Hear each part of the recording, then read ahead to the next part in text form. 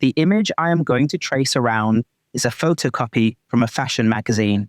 To make stitching your design easier, it can help to enlarge it. Enlarging the design to A3 size gives you more room to work. You can do this by scanning and resizing it on a computer or by using a photocopier to make it bigger.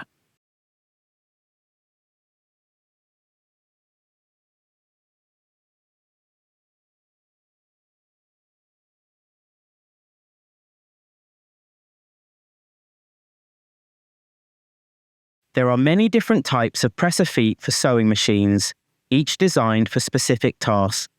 While it is possible to do free motion stitching without a foot, leaving the needle exposed, this makes it difficult to know whether the presser foot is up or down, and it's crucial that the presser foot is down when you start sewing.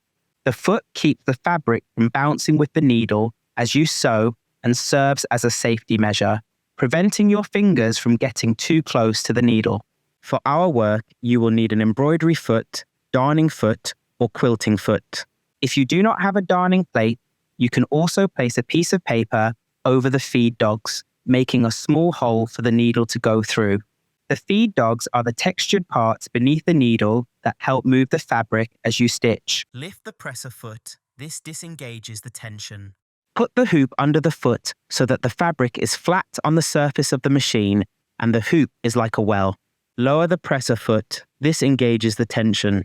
The foot keeps the fabric from bouncing with the needle as you sew and serves as a safety measure, preventing your fingers from getting too close to the needle.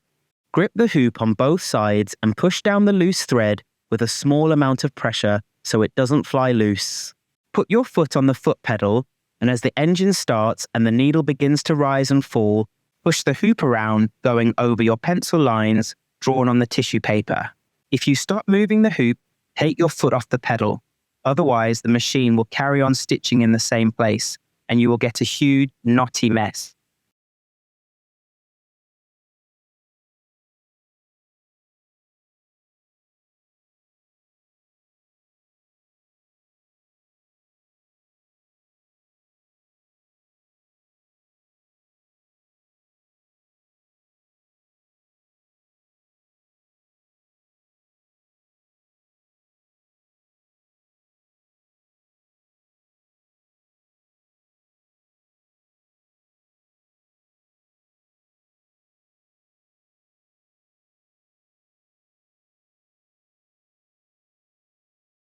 When you have finished a section, take your foot off the pedal and stop moving the hoop.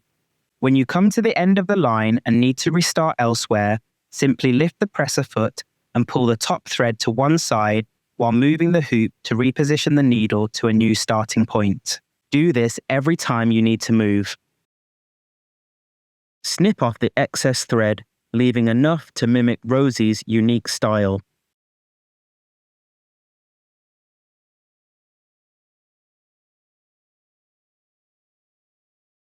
Smaller designs are more challenging because the threads tend to tangle, and it's harder to see the details.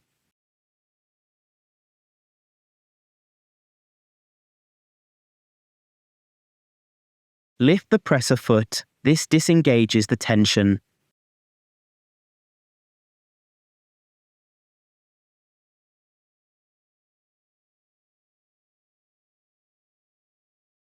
Always remove loose threads out of the path of the moving needle.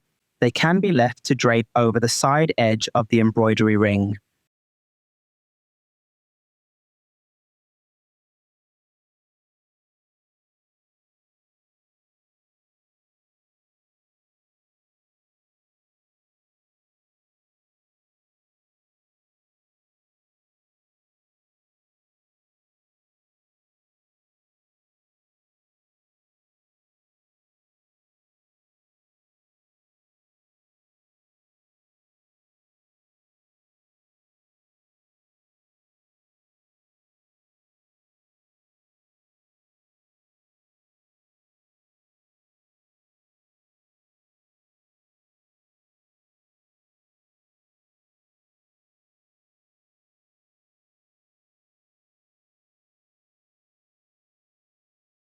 I wasn't able to sew over all the pencil lines as the drawing was bigger than my embroidery hoop.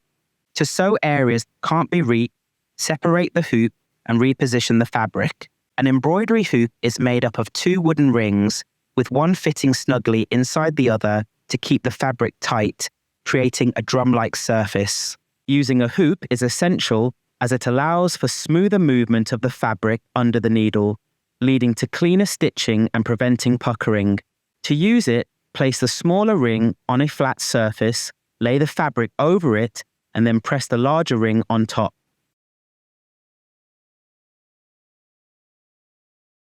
Rosie James will often carefully peel away the tissue paper around the people she has stitched to create a contrast between the white fabric and the slight opaque tissue paper. Be careful not to pull the tissue paper so hard as you might pull out the thread too.